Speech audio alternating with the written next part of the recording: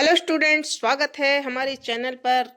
और आज हम आपके लिए लेकर आए हैं बच्चों, जिसका आपको बहुत दिनों से इंतज़ार था, जिसका बार बार में पूछ रहे थे कि कोई मॉडल पेपर हो।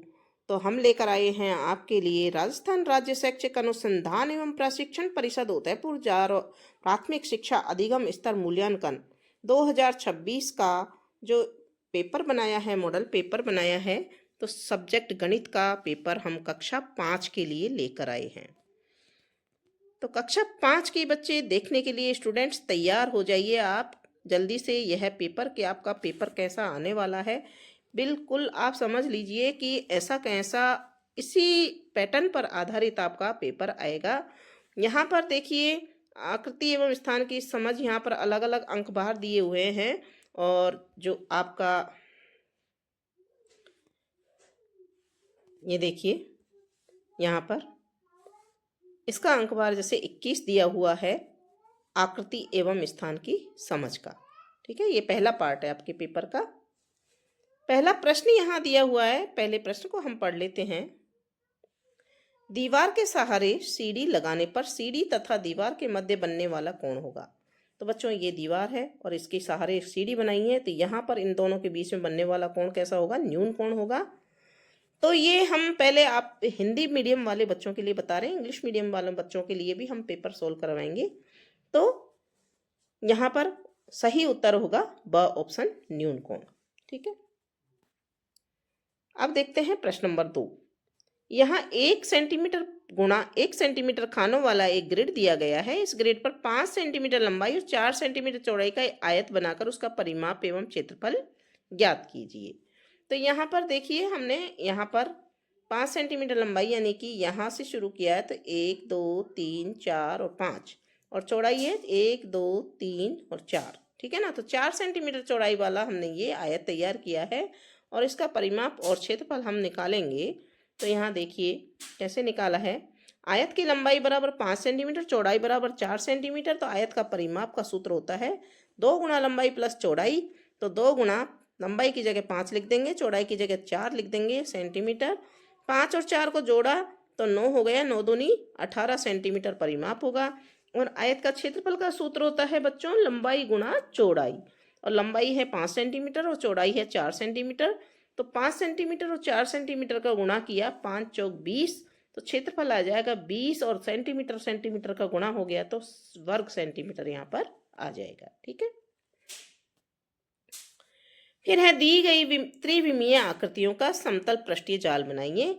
तो यहाँ पर समतल पृष्ठीय जाल, अगर इसको खोलेंगे तो इस तरह का जाल बनेगा। इसमें एक भाग आयताकार होता है और 2 उसके गोले भाग निकलेंगे। और दूसरे में यहाँ देखिए, ये एक चौड़ा फलक ऊपर और एक इसके नीचे, 2 फलक चौड़े हैं, और 1 2 और इसके पीछे 3 और इसके पीछे 4। ये 4 छोटे छोटे आयताकार फलक हैं, इनको हमने बना दिया। 6 पृष्ठ है इसके कुल। फिर यहाँ एक शंकु का चित्र दिया हुआ है, तो इसका गोल पार्ट ये इस तरह से, और ये ऊपर वाला पार्ट खोलने पर इस तरह का दिखाई देगा। तो ये इनके हमने चित्र बना दिए। ठीक है, दिए गए भवन के नक्शे को देखकर निम्नांकित प्रश्नों के उत्तर दीजिए। तो यहाँ भवन हमको दिखाई दे रहा है, जिनकी सभी नाप वगैरह सब लिखी हुई हैं। और अब प्रश्न पढ़ लेते हैं। मुख्य द्वार से प्रवेश करने पर बैठक कक्ष कौन सी दिशा में होगा? तो यहाँ पर देखिए, ये मुख्य द्वार दिया हुआ है बच्चों, ये यहाँ लिखा है मुख्य द्वार। यहाँ से प्रवेश करते हैं तो ये दिशा है नॉर्थ, ये दिशा है ईस्ट, और नॉर्थ के दूसरे विपरीत दिशा है साउथ, और यहाँ पर है पश्चिम। ठीक है ना, तो पूरब, पश्चिम और उत्तर और दक्षिण। तो यहाँ पर इस कोने पर ये जो बैठक कक्ष है ये यहाँ बना हुआ है। तो ये पश्चिम और दक्षिण के बीच में, यानी कि दक्षिण पश्चिम दिशा में बना हुआ है, हम लिख देंगे। तो हमने लिख दिया दक्षिण पश्चिम। ठीक है, रसोई घर की लंबाई मीटर में बताइए। अब यहाँ पर देखिए बच्चों, यहाँ पैमाना दिया हुआ है 1 सेंटीमीटर बराबर 1 मीटर। तो 1 सेंटीमीटर को हम 1 मीटर के बराबर पढ़ेंगे। और रसोई घर की जो लंबाई है वो दे रखी है यहाँ पर, देखिए ये रसोई घर है आपका, इसकी ये तो चौड़ाई है, ये तो है चौड़ाई, और यहाँ से यहाँ तक की लंबाई देखेंगे तो लंबाई को हम देखते हैं, यहाँ दे रखी है ऊपर ये यहाँ से यहाँ तक की लंबाई है और इसी के बराबर इसकी रसोई की भी लंबाई है यहाँ से यहाँ तक। तो यहाँ 15 लिखा हुआ है, 15 सेंटीमीटर। तो 15 सेंटीमीटर इस कागज पर लंबाई है, लेकिन 15 सेंटीमीटर किसके बराबर होगा? 1 सेंटीमीटर 1 मीटर के बराबर है, तो 15 सेंटीमीटर 15 मीटर के बराबर होगा। तो हमने यहाँ पर लिख दिया है रसोई घर की लंबाई 15 सेंटीमीटर बराबर 15 मीटर। ठीक है ना, तो 15 मीटर लंबाई है उसकी। भवन में खिड़कियों की कुल संख्या कितनी है? अब यहाँ देख लेते हैं खिड़कियों की संख्या यहाँ दर्शाई है। ये काली वाली खिड़कियाँ हैं, तो 1 2 3 4 5 6 7 8 9 10 और 11। तो यहाँ भवन में कुल कितनी खिड़कियाँ हैं? 11 खिड़कियाँ हैं, तो हम लिख देंगे 11। भवन में किस कक्ष का क्षेत्रफल सबसे अधिक है? तो सबसे बड़ा कक्ष कौन सा है? यहाँ भी इसमें देख लीजिए आप, यहाँ पर क्षेत्रफल शयन कक्ष 1 का 12 बाई 12 है और इसका 12 बाई 15 है। और यहाँ पर ये जो है 16 सेंटीमीटर बाय बैठक कक्ष जो बना हुआ है 16 बाई 16 का बना हुआ है ये।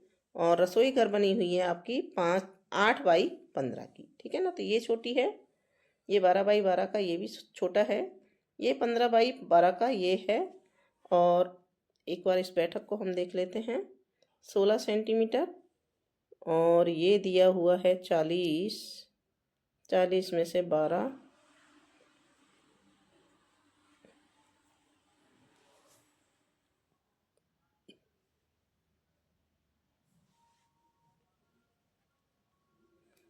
तो सबसे बड़ा कक्ष वैसे यहाँ बैठक कक्ष हो जाएगा। कौन सा कक्ष हो जाएगा बच्चों? बैठक कक्ष हो जाएगा।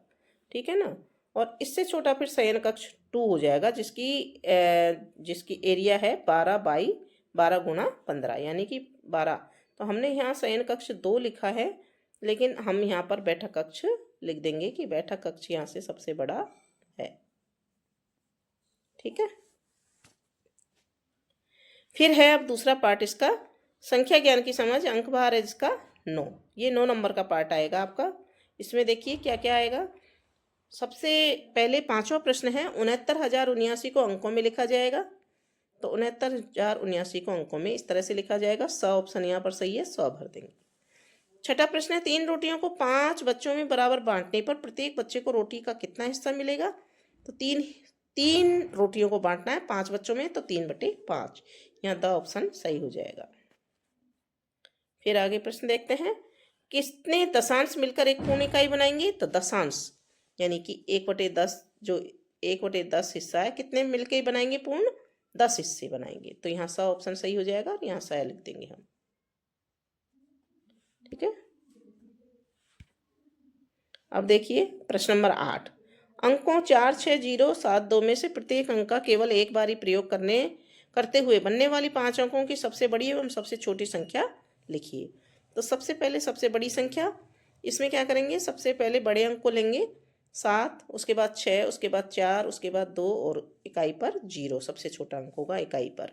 तो ये 76,420 सबसे बड़ी संख्या बन जाएगी। और एक ही बार प्रयोग करके हमको सबसे छोटी संख्या भी बनानी है, लेकिन 0 का हम अगर लास्ट में प्रयोग करेंगे तो 4 अंकों की संख्या बन जाएगी, लेकिन हमें बनानी है 5 अंकों की। तो हमने 2 को पहले लिखा है जो 0 से बड़ा है, उसके बाद 0, फिर 4 6 7। ठीक है ना, 20,467 सबसे छोटी संख्या बन जाएगी इन अंकों के प्रयोग से। फिर है दी गई संख्याओं 53,471, 53,417, 53,741, 53,714 और 54,371 को अवरोही क्रम यानी घटते हुए क्रम में लिखना है। तो यहाँ हमने घटते हुए क्रम में सबसे पहले लिखा है 54,371, क्योंकि 54,000 है, बाकी सब में 53,000 है। ठीक है, फिर 53,741, 53,714, 53,471 और 53,417। ठीक है, फिर है दी गई संख्याओं 70,735, 70,075, 50,770 और 5,007 और 77,057 को आरोही क्रम में लिखिए। आरोही क्रम यानी बढ़ते हुए क्रम में लिखना है हमको। तो बढ़ते हुए क्रम में हम कैसे लिखेंगे?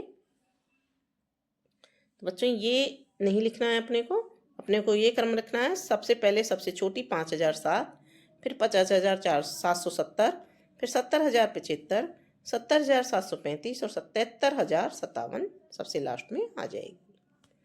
अब है अगला है संक्रिया की समझ। इसका अंक बार है 25। ये तीसरा पार्ट आएगा आपका, 25 नंबर का आएगा ये, देख सकते हैं, ये देखिए। ठीक है, खाली बॉक्स में सही संक्रिया गुणा माइनस प्लस और भाग कौन सी आएगी? तो यहाँ पर देखिए 368, यहाँ खाली जगह दे रखी है, इसमें 0 बराबर 0, तो बराबर 0 क्या आएगा? 368 को 0 से गुणा करेंगे तो बराबर 0 आएगा, तो यहाँ ब ऑप्शन सही हो जाएगा और ब को हम यहाँ लिख देंगे।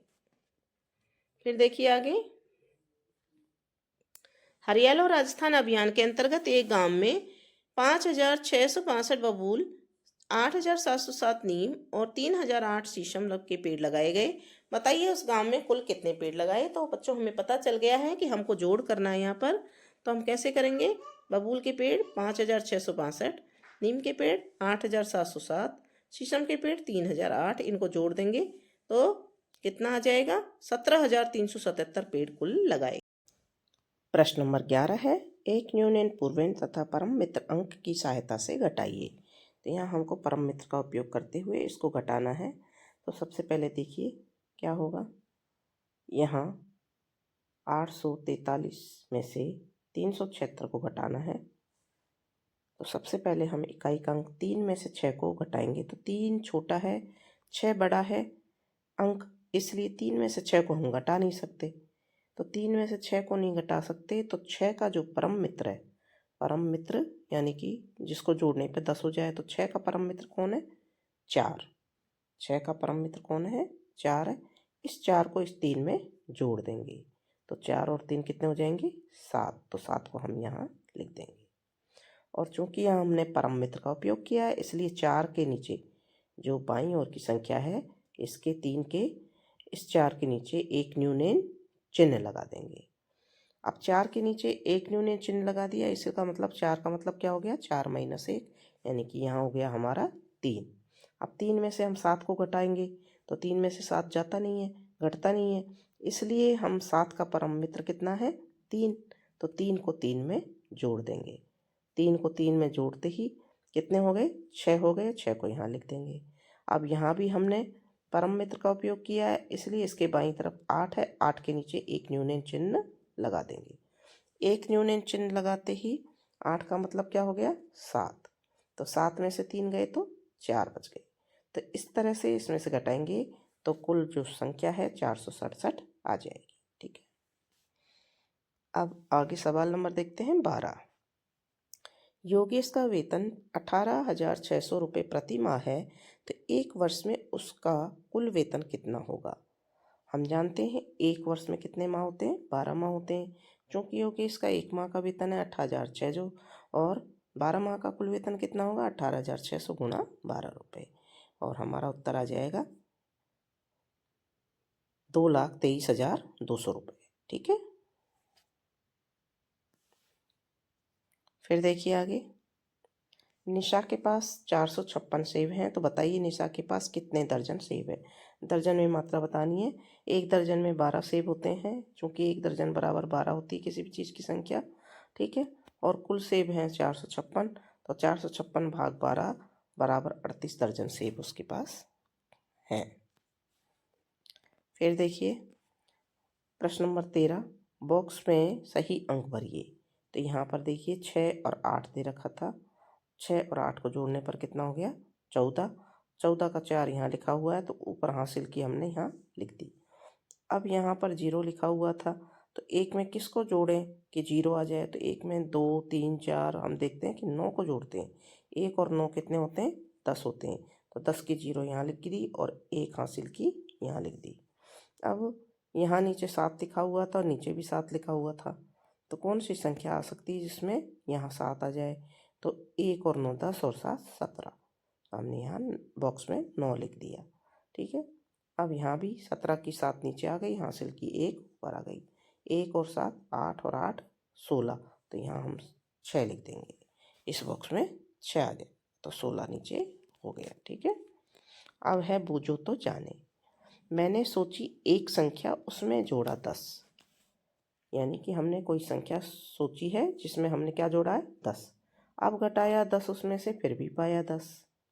फिर उसमें से 10 घटाया तो 10 पाया, है ना। सोची थी मैंने जो संख्या बता सकते हो बस, तो मैंने वो संख्या 10 सोची थी। क्या सोची थी? 10 सोची थी। अब कैसे सोचेंगे कि 10 सोची, उसमें 10 जोड़ा पहले तो 10 में 10 जोड़ा तो क्या हो गया? 20 हो गया। ये 10 में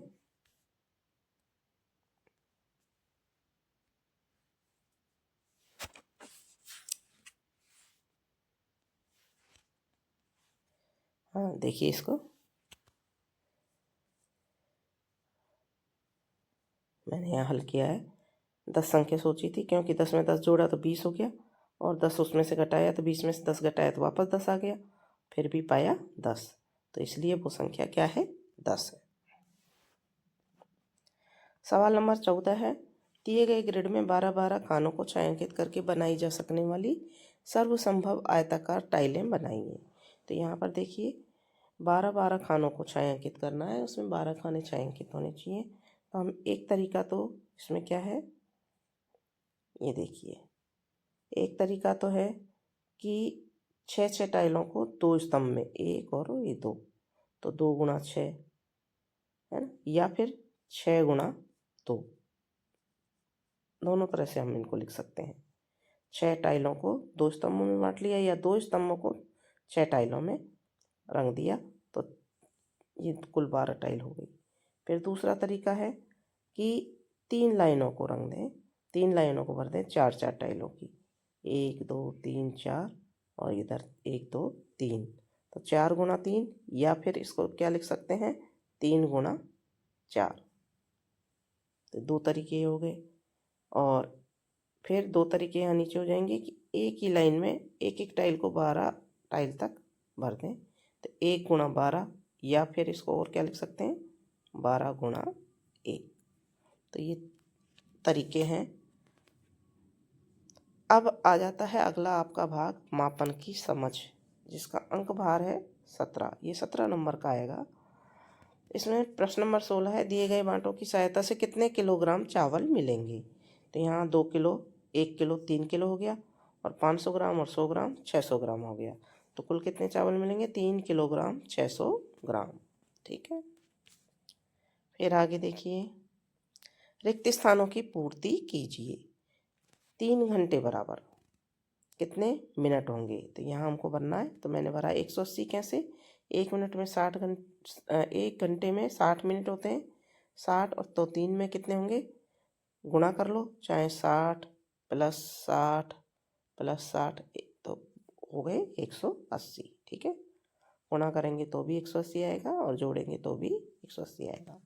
270 मिनट बराबर कितने घंटे हो गए? तो 270 में 60 का भाग लगा दो, 6 चौको 24, यानी कि 4 घंटे, और फिर 30 मिनट और बच जाते हैं, तो आधा घंटे के बराबर होते हैं, 4.5 घंटे। 2.5 मिनट किसके बराबर होते हैं? 150 सेकंड के बराबर होते हैं। ठीक है। अब 17वां सवाल है, मनीष की ऊंचाई 6 फीट है, उसकी ऊंचाई इंच में कितनी होगी? 1 फीट में कितने इंच होते हैं? 12 इंच होते हैं। तो 6 को गुणा कर लेंगे 12 से, 12 × 72 इंच, अतः मनीष की ऊंचाई 72 इंच होगी। दी गई रेलवे समय सारणी को देखकर निम्नलिखित प्रश्नों के उत्तर दीजिए। तो यहाँ समय सारणी दी हुई है रेलवे की, इसको हम देख सकते हैं। यहाँ पर कितने खाने हैं, गाड़ी संख्या, नंबर, गाड़ी का नाम दे रखा है, कहाँ से जा रही है, कहाँ तक जाएगी, जयपुर कब आएगी, और जयपुर से प्रस्थान कब करेगी। ठीक है, तो हम प्रश्नों के उत्तर देखते हैं। कौन कौन से प्रश्न हैं? गाड़ी संख्या 12915 कितनी देर जयपुर स्टेशन पर रुकने वाली है? तो यहाँ पर देखिए, ये रही, ये वाली है गाड़ी, जयपुर आती है 13:35 पर, और जयपुर से रवाना हो जाती है 13:45 पर। तो 13:45 में से 13:35 को घटाएंगे तो कितने मिनट बच गए? 10 मिनट। तो ये 10 मिनट जयपुर रुकती है। ठीक है, तो हमने यहाँ देखिए इसका हल लिख दिया है। जयपुर आगमन 13:35, प्रस्थान 13:45, अतः 13:45 - 13:35, 10 मिनट रुकती है। ठीक है। फिर है, मालानी एक्सप्रेस जयपुर से कितने बजे प्रस्थान करेगी? तो ऊपर समय दे रखा है, मालानी एक्सप्रेस जयपुर से 2:50 पर प्रस्थान करेगी। ये देखिए, हम सारणी में भी देख लेते हैं इसको। मालानी एक्सप्रेस ये गाड़ी है, ये 2:50 पर प्रस्थान कर रही है। आश्रम एक्सप्रेस 12915 कहाँ से कहाँ तक चलती है? तो आश्रम एक्सप्रेस साबरमती से दिल्ली चलती है। यहाँ देखिए समय सारणी में साबरमती एक्सप्रेस यह है, इस साबरमती से दिल्ली चलती है। कहाँ से कहाँ चलती है? आश्रम एक्सप्रेस साबरमती से दिल्ली चलती है। फिर है पूजा एक्सप्रेस जयपुर कितने बजे पहुंचती है? तो पूजा एक्सप्रेस का टाइम जयपुर पहुंचने का 16 बजे, या फिर 16 का मतलब इसमें से 12 घटा लेंगे तो हमारी घड़ी का समय हो जाएगा 4 बजे जयपुर पहुंचती है। ठीक है। अब अगला अपना पार्ट आ जाता है 8 नंबर का, आंकड़ों का प्रबंधन एवं पैटर्न की समझ। अंक भार है 8। तो यहाँ पर देखिए, इसको देखते हैं। ये देखिए प्रश्न नंबर 19 है, निम्नांकित पैटर्न के लिए अगली संख्या होगी 61, 55, 49, 43। तो आगे क्या आएगा? हम यहाँ देख रहे हैं 61 में से कितने घटा रहे हैं? 6 घटा रहे हैं, तो 55 बच गए। 55 में से 6 गए तो 49, 49 में से 6 गए 43, तो 43 में से 6 घटाएंगे तो 37 उत्तर हमारा आ जाएगा ऑप्शन नंबर 600। फिर है क्वेश्चन नंबर 20, निम्नलिखित आकृतियों के पैटर्न की अगली आकृति होगी। तो यहाँ अगली आकृति, यहाँ पहले भुजाएं कितनी दे रखी हैं? इसमें 2, 2, 4, 2, 3, 6। फिर यहाँ 5 भुजाएं हो गई, फिर इसमें 4 भुजाएं हो गई, तो अब 3 भुजाएं हो जाएंगी, त्रिभुज बन जाएगा और ये उत्तर ब यहाँ पर आ जाएगा। चौखाने पर बने आरेख को देखकर निम्नलिखित प्रश्नों के उत्तर दीजिए। तो यहाँ पर देखिए, ये कलर दिया हुआ है, हरा, नीला, पीला, काला, लाल और यहाँ पर इनकी संख्या दी हुई है, विद्यार्थियों की संख्या, जो कलर जिसको पसंद है उतनी संख्या दी हुई है। अब प्रश्न पढ़ लेते हैं। पीला रंग पसंद करने वाले विद्यार्थियों की संख्या कितनी है? तो यहाँ देखिए, पीला रंग कहाँ दे रखा है बच्चों? ये रहा। और विद्यार्थी स्तंभ है यहाँ पर इतना ऊंचा, इनकी संख्या कितनी है? 5। ये देखिए 5, तो हमने लिख दिया यहाँ 5 है। सबसे अधिक पसंद किए जाने वाला रंग कौन सा है? तो सबसे ऊंचा स्तंभ है ये वाला, और इसका रंग है लाल। तो लाल रंग सबसे ज़्यादा पसंद किया जाता है। ठीक है। फिर है समान संख्या में पसंद किए जाने वाले रंगों के नाम बताइए। तो समान आकार के स्तंभ हमको यहाँ 2 दिखाई दे रहे हैं, एक तो ये और एक ये। इसका रंग है नीला और इसका है सफ़ेद, तो हम उत्तर में लिख देंगे नीला और सफ़ेद। समान संख्या में पसंद किए जाने वाले रंग नीले और सफ़ेद हैं। ठीक है। अब निम्नलिखित पैटर्न को समझकर रिक्त स्थानों की पूर्ति कीजिए।